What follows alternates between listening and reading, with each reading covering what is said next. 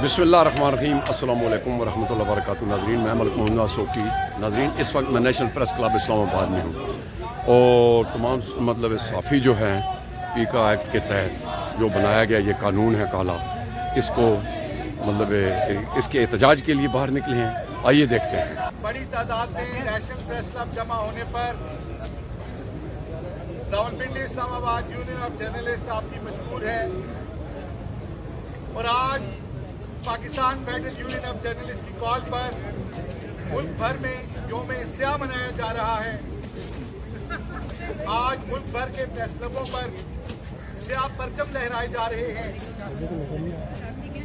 और भरपूर तरीके से एहतजाज रिकॉर्ड कराने के लिए एहतजाज की आज की जो कॉल है वो पूरे मुल्क में दी गई है। दोस्तों, इससे पहले भी हम आप सबके सामने ये नुक्ता नजर रख चुके हैं कि सोशल मीडिया की रेगुलेशन कोई ऐसा फर्क नहीं है जो ना चाहता हो, लेकिन Pakistan federal union of journalist और जो तमाम स्टेक होल्डर्स हैं इसके साथ, उनका ये मुतालबा था कि हुकूमत एक ऐसा कानून लेके आए जिससे किसी भी फर्द की, किसी भी शख्स की, किसी भी इदारे की विक्टिमाइजेशन ना हो सके। हमारी दरख्वास्त थी कि हुकूमत एक ऐसा कानून लेके आए, क्योंकि हुकूमतें तो बदलती रहती हैं, लेकिन कानून ऐसा बनाया जाए जो किसी भी वक्त में मुखालिफ आवाजों को दबाने के लिए इस्तेमाल ना हो सके। लेकिन हुकूमत ने वादा खिलाफी करते हुए बगैर मुशावरत के, बगैर मुसफ्फदा शेयर किए हुए जिस तरीके से ताकत के बलबूते पर इस कानून को पास कराया है, उसके बाद इस कानून के खिलाफ, इस काले कानून के खिलाफ मुल्क भर में शदीद मुजाहमत जो है वो जारी है। हमारा बुनियादी मुतालबा यही था कि फेक न्यूज की एक डेफिनेशन दी जाए।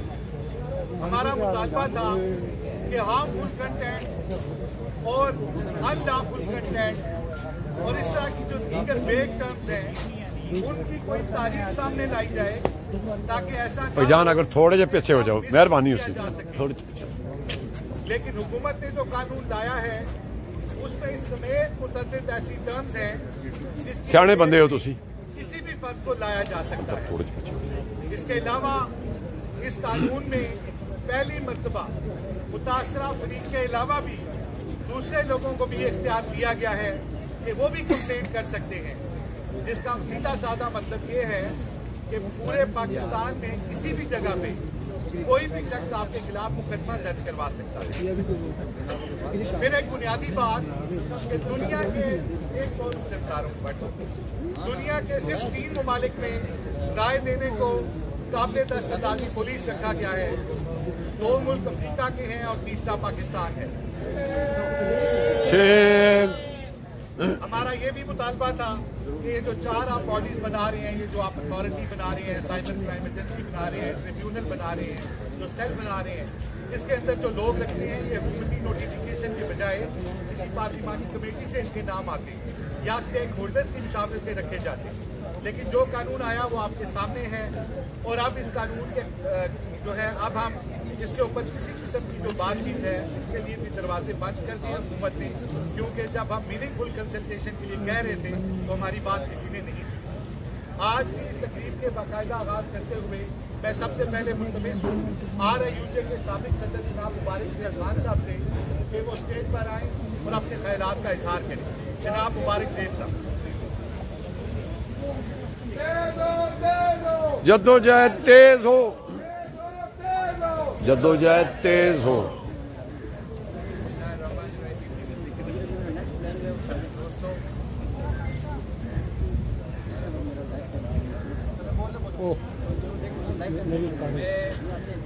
सिर्फ आप दोस्तों के साथ ये बात रिमाइंड कराना चाहूँगा, इससे पिछला जो हुकूमत था वो भी एक इसी किस्म का एक ड्राफ्ट लेकर आए थे और उस वक्त जो बरसर-ए-इक़्तिदार पार्टियाँ हैं पाकिस्तान मुस्लिम नवाज और पाकिस्तान पीपल्स पार्टी, ये दोनों पार्टियाँ इनके नुमाइंदे हमारे पास प्रेस क्लब में आते रहे, ये देखें, ये किया, ये प्रेस, ये देखें, तक जाते रहे। अभी देखें, ये और किया, इनकी तमाम लीडरान माशाल्लाह अब बड़े अहम पदों पे बैठे हुए हैं। कोई पंजाब में बैठे हैं, कोई फेडरल गवर्नमेंट में बैठे हुए हैं। इसलिए ये प्रेस और कॉन्फ्रेंस ये के जो लिए हमें दर्स देते थे आज़ादी, सहाफत, क्या जमहूरियत ना और नॉर्मली है, ये हाल है बस, ये है बस। क्या वही जमहूरी पार्टियां उनके लिए इक़्तिदार इतना अहम हो गया है, वो अपने वो तमाम वादे, अपने वो तमाम डिफिनीशन और अपने वो तमाम जो चीज़ें थी उनके आज़ादी सहाफत के हवाले से वो सारे भूल चुके हैं। अभी इस बात भाईजान रेगुलेशन लेकर आए। हम भी चाहते हैं कि जर्नलिज्म विद रिस्पॉन्सिबिलिटी होना चाहिए, भाईजान प्लीज क्या होना चाहिए, लेकिन आप नीचे बैठ जाए, नीचे बैठ जाए। वोटर्स को इन्वॉल्व नहीं किया और आपने सोलो फ्लाइट लेके आपने वो किया और उसको लॉ भी जिस तरीके से बनाया कि 2 दिनों के अंदर अंदर आपने दोनों पार्लियामेंट से उसको अप्रूव कराया और उम्मीद ये भी की जाती थी कि प्रेसिडेंट साहब इसको साइन नहीं करेंगे। बहुत सारे ऐसे एक्ट्स थे, बहुत सारे ऐसे बिल्स थे 2022 और 23 के, जिस वक्त सदर ने साइन नहीं किए थे, अब मौजूदा सदर ने उसको साइन कर दिए थे। तो इससे ये साबित होता है कि पाकिस्तान पीपल्स पार्टी भी उस वक्त के जो लोग हैं उनके साथ मिली हुई है।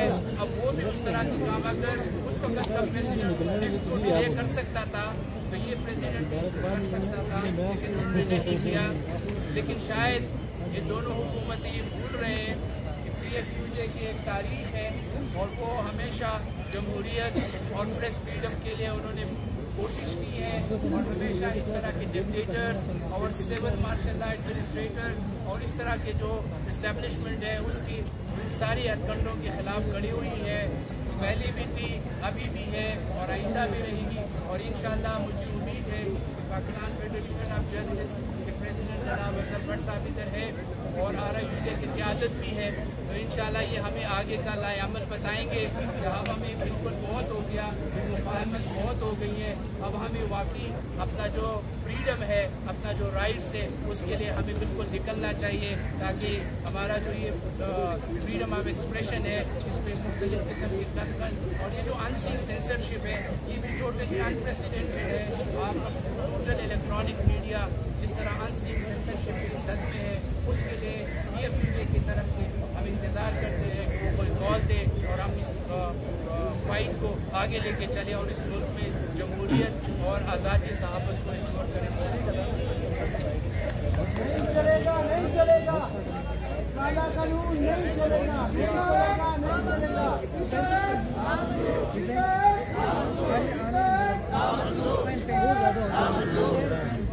बहुत शुक्रिया।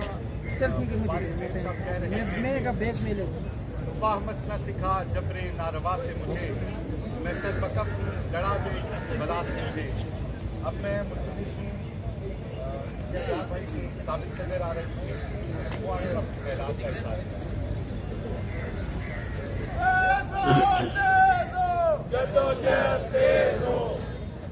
बिस्मिल्लाहिर्रहमानिर्रहीम। सुबह की आँख में जो लाली है रोशनी कत्ल होने वाली है और ये कहीं ऐसे कीमती तो नहीं, दिन भी काला है, शब भी काली है। यहाँ पर हमारी बदकिस्मती है कि आज जो अपोजिशन में है वो हमारे साथ जरूर खड़े होंगे आकर और कहेंगे कि हाँ ये काला कानून है और इसे नहीं होना चाहिए। लेकिन जब यही लोग इक़्तिदार में आते हैं तो इन्हें यही कानून अच्छा लगने लगता है। ये हमारी जमाबंदी चाहते हैं, ये हमारे मुंह पे ताला लगाना चाहते हैं। बुजुर्गों थोड़े जे पीछे हो जाओ, थोड़े जे साइड पे हो जाना यार। अयूब खान, याह्या खान, उसके बाद जनरल ज़िया, परवेज मुशर्रफ और उसके बाद आने वाली जितनी जमहूरी हुकूमतें थी उन सब ने अपना अपना हिस्सा इन पाबंदियों में जरूर डाला। और जब अपोजिशन में होते हैं तो हम इन्हें बहुत अच्छे लगते हैं, मगर जब यही हुकूमत में जाकर बैठते हैं हमारी बातें इन्हें कड़वी लगती हैं और इन्हें ये लगता है कि ये झूठ बोल रहे हैं, ये फेक न्यूज है, जबकि सबसे ज्यादा फेक न्यूज ये खुद जब हुकूमत में बैठते हैं उसको खुद देते हैं। हम सब अब तक अपने सब्र पे कायम है। इस वक्त तक हमें इंतजार है हमारी क़यादत का और मुल्क भर की साथी बरादरी इस वक्त PFUJ अफजल भट्ट साहब खड़े हैं, हमारी PFUJ की तारीफ देख रही है। PFUJ जो भी कॉल देगी इंशाअल्लाह ताला इस जितना इस मुल्क में सहाफ़ी है, मीडिया वर्कर है, वो सब आपकी कॉल पर लब्बैक कहेंगे, आपकी कॉल का इंतजार कर रहे हैं। बहुत शुक्रिया जनाब शहरयार साहब, RIUJ के साबिक सदर प्रेस क्लब के साबिक अहमद रजा सिंह कि वो आए और सारे जाए।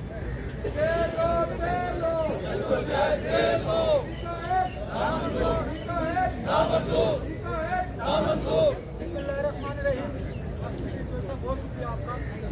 आज मैं नेशनल प्रेस क्लब पार्टी में ऐसे चेहरों को देख रहा हूँ जिन्होंने हमेशा आज़ादी इजहार, शहरी आज़ादियों, रूल ऑफ लॉ के लिए जगह और इस रियासती जबर और हुकूमत के मुनाफिकाना रवैयों का शिकार हो। Pakistan federal union of journalist की एक 50 साल तारीख है। मैं अपने उन नए दोस्तों को ये बताना चाहता हूँ कि हमारे लिए ये कोई नई बात नहीं, और हम इसको पेगा को क्यों काला कानून कहते हैं ये आपको समझना होगा। ये हमें आवाम को बताना होगा कि हम इसे काला कानून क्यों कहते हैं और क्यों समझते हैं। पहली बात तो यह है कि अगर आप इस कानून को एक अच्छी नीयत के साथ ला रहे थे तो आपको चाहिए था कि आप स्टेक होल्डर्स को एक आपने ये काम नहीं किया। चलिए फिर आप देखिए कि इसमें आपने 90 डेज के अंदर अंदर किसी भी केस को क्लोज करना है। वो हाई कोर्ट के रिटायर्ड जज की हैसियत से ट्रिब्यूनल का सरबराह आपने बनाया, उस कमीशन पे जो आपने लोग रखे वो हुकूमती नुमाइंदे हैं। तो मुझे ये बताइए कि फेक न्यूज़ को डिफाइन करने के लिए आपने क्या उसकी तारीफ रखी? अगर तो हुकूमती ओहदेदारों नुमाइंदों ने ही ये तारीफ करनी है तो फिर तारीफ इसकी गवाह है कि आमराना दौर में और 100 साल जमहूरियत में किस तरह आज़ादी इजहार की तारीफ की जाती रही है। फिर आप ये भी देखिए कि आपको 20 लाख रुपए जुर्माना दिया जाएगा। वो शेर इस हुकूमत पर जो 35,000 बेच पर तो अमल दरामद करवा नहीं सकी, अपने बनाए हुए कवानीन पर तो अमल दरामद करवा न सकी, तो 20 लाख रुपए हमें जुर्माना किया जाएगा और 3 बरस की सजा होगी। इससे सितम काला कानून क्यों समझते हैं? आप ये तरह गौर कीजिए कि इस मुल्क में कत्ल की सजा कैसे है। आप सिविल कोर्ट से सेशन कोर्ट में, फिर हाई कोर्ट में, फिर आप सुप्रीम कोर्ट में जाते हैं और सुप्रीम कोर्ट के डिसीजन के बाद भी प्रेसिडेंट ऑफ पाकिस्तान के पास ये इख्तियार है तो उस कत्ल के मुकदमे को माफ़ कर दे उस मुलजिम को। हमारे यहाँ देखिए कि 90 डेज के बाद अगर हम मुलजिम ठहरते हैं तो हमारी सुप्रीम कोर्ट में डायरेक्ट अपील होगी। क्या इस मुल्क में पूरा खिलाफ खत्म हो चुका है, आइन खत्म हो चुका है? इन हुक्मरानों को ये सोचना होगा। आज ये जो चेहरे खड़े हैं ये वही लोग हैं जो रूल ऑफ लॉ के लिए सड़कों पर थे, शाहराए दस्तूर पर थे, अदालतों में मौजूद थे। यही वो चेहरे होंगे जब कल आप पर ये कानून लागू होगा तो हम ही आपका सहारा बनेंगे। तो खुदारा शर्म कीजिए और महसूस कीजिए, आप इस एक्ट से न सिर्फ आइन को पामाल कर रहे हैं बल्कि आप जमहूरियत को भी नुकसान पहुँचा रहे हैं। बहुत शुक्रिया। यार आप पीछे चले जाओ भाई यार, थोड़ा सा रास्ता छोड़ देना जी भाईजानो। भाईजानो इसको थोड़ा जी यार पीछे हो जाओ ना, वो बैनर ही नहीं नजर आ रहा।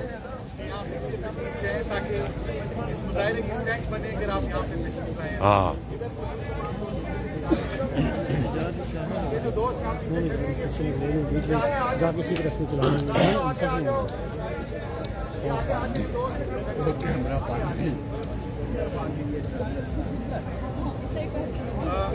अपने ख्यालात का इजहार कर रहे थे और बता रहे थे कि सुप्रीम कोर्ट की अपील से पहले तक सजा देने और जुर्माना देने तक का तमाम इख्तियार, वहाँ तक के सारी चीज़ें जो हैं वो हुकूमत ने अपने हाथ में ले ली। लेकिन हुकूमत ये भूल गई है कि हुकूमतें तो चेंज होती रहती हैं और कल यही कानून जो है उनके वर्कर के खिलाफ इस्तेमाल हो जाए। अब मैं बगैर किसी जो है ताक़ीद के आपने साबिक सदर आ रही है, वो आए और सारे जा रहे हैं। ना मंजूर। नामंजूर, नामंजूर, नामंजूर, नामंजूर, नामंजूर। अजीज साथियों, हुकूमत ने जब पाबंदी लगाई तो हुकूमत ये समझती थी कि तमाम सहाफ़ी, तमाम यूनियन इस पाबंदी से घरों में बैठ जाएंगे, मगर हुकूमत को ये पता नहीं था कि जब PFJ ने कॉल दी तो ये तमाम साथी अपनी ड्यूटियां छोड़कर आपके साथ आकर खड़े हो गए।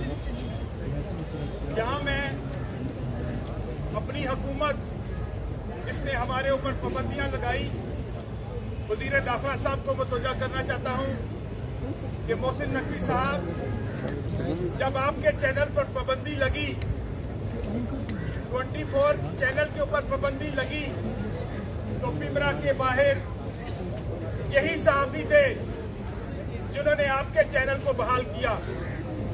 आप शायद ये भी भूल गए नकवी साहब, आप ये भी भूल गए कि उसी दफ्तर के अंदर इन्हीं वर्करों के ऊपर फायरिंग भी की गई।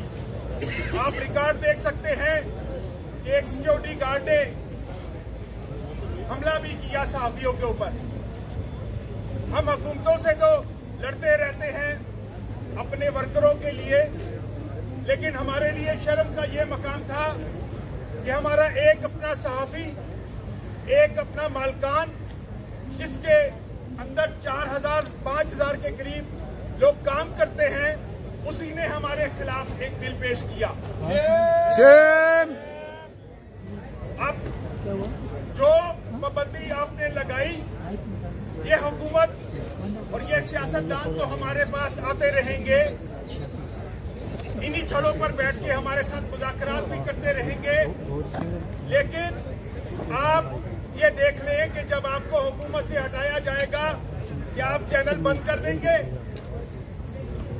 मैं ये समझता हूं कि आपका ये काम था कि आप इस हुकूमत को मत देते कि इज़हार राय को बंद न किया जाए, लेकिन अब हम तमाम तर जो हमारी तवज्जो है वो RIA के ऊपर है, अपनी क़यादत के ऊपर है कि जिन्होंने ज़ियाउल हक के दौर में कोड़े खाए, मुशर्रफ के दौर में 72 दिन का कैंप लगाया, इमरान खान के दौर में PK एक्ट के खिलाफ आवाज बुलंद की, और अब मैं ये समझता हूं कि अपनी जो तमाम PFJ, हमारी PFJ जिसके कायद अफजल भट्ट साहब और नासिर जैदी साहब के लीडर हमारे पास मौजूद हैं, ना हम डरते हैं, ना डरेंगे, ना हम जेलों से डरेंगे, ना हम मुकदमात से डरेंगे।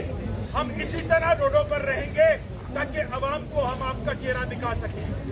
एक बार फिर मैं PFJ को और आप तमाम साथियों को खराज तहसीन पेश करता हूं कि जब मुल्क में पीका ऑर्डिनेंस आ चुका है और अपनी पाबंदी के खिलाफ आप खड़े हो चुके हैं, इंशाअल्लाह जो भी फैसला PFJ करेगी हम भरपूर तरीके से उसमें साथ देंगे। एक बार सबसे दोस्तों से कहूंगा, तेज हो, तेज हो, जद्दोजहद तेज हो, जद्दोजहद तेज हो, नामंजूर।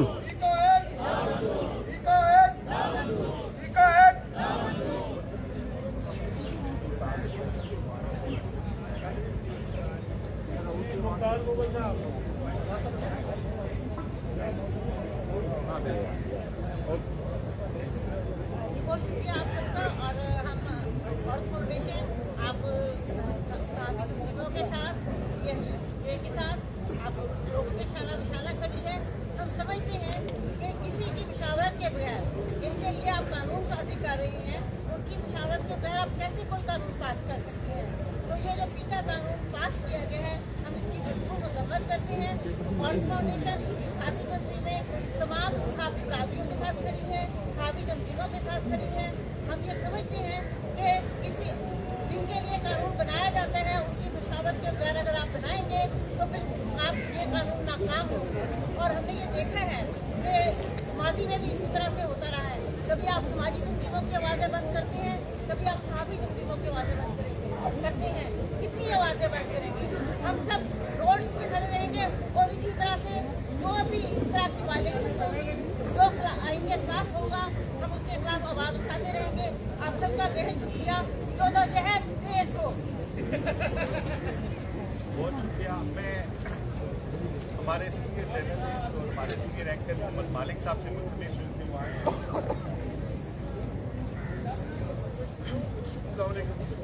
मैं सब 2 बातें करूँगा। कानून के बारे में सब कुछ आपको पता है, काला कानून मसला क्या है। कोई भी कानून बनता है उसमें नीयत देखी जाती है, बन क्यों रहा है, कानून बना क्यों। हमारे पास कानून है, हद तक इज्जत का है, डेफिनेशन लॉ जिसको आप कहते हैं। बहुतान चीज लगाने पे आपकी क्रिमिनल कोर्ट के अंदर कैमरे की हर चीज का ये लेकिन आपके साथ में इम्प्लीमेंटेशन। अगर गवर्नमेंट इंडिया की डेफिनेशन लॉ को इम्प्लीमेंट करते हैं उसमें जो चीजें गलती से झूठ के नाम पे सच को रोका जाए। अब इसको आप लोग साथ हाथ में बताने की जरूरत है, ये साथियों की जंग नहीं है, ये कोई प्रोफेशनल मसला नहीं हम लड़ रहे, ये अवाम का हक है सच जानने। तो बहुत से लोग समझते हैं कि अपनी को जंग लड़ रहे, ये हमारी जंग नहीं, ये आम आदमी की जंग है, वो समझे या ना समझे। इसलिए ये बड़ा क्लियर होना चाहिए कि पहली बात है, ये कानून क्या किसी नए कानून की जरूरत नहीं है।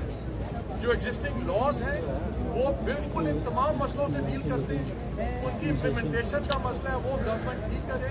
ये सिर्फ एक पावर ग्रैब है और बाकी तो अब डिटेल में जितनी मर्जी आप बातें करेंगे आपको समझ आई गई है कि क्या इसमें बदमाशी है, क्या प्लानिंग है। अपील भी जाएगी तो आईनी बेंच के पास जाएगी, वो भी इनके हाथ की बांधी है, बिल्कुल जो इनको चाहिए वही फैसले करेंगे।